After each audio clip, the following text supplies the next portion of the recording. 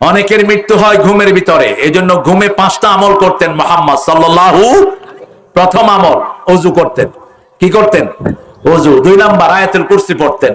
3 number সূরা ইখলাস 3 বার, ফালাক 3 বার, নাস 3 বার পড়তেন। 4 number সূরা বাকারার শেষ 2 আয়াত পড়তেন। 5 নাম্বার ঘুমের দোয়া পড়ে ডান দিকে ফিরে ঘুমিয়ে পড়তেন রাহমাতাল লিল। আমরা এই আমলগুলো করব, তাহলে মুমিনের মৃত্যু হবে। মৃত্যুর সাথে সাথে জান্নাত দান করবেন কে?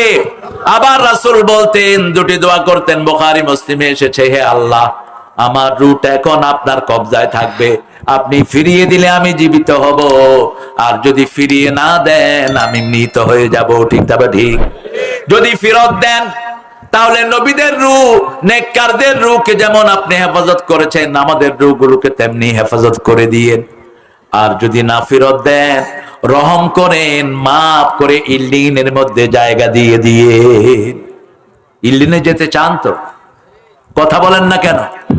2 জায়গায় হবে। মৃত্যুর পরে কাফন একটা জান্নাত থেকে আসে, আর একটা দুনিয়াতে তৈরি হয়। ঠিক না? ঠিক।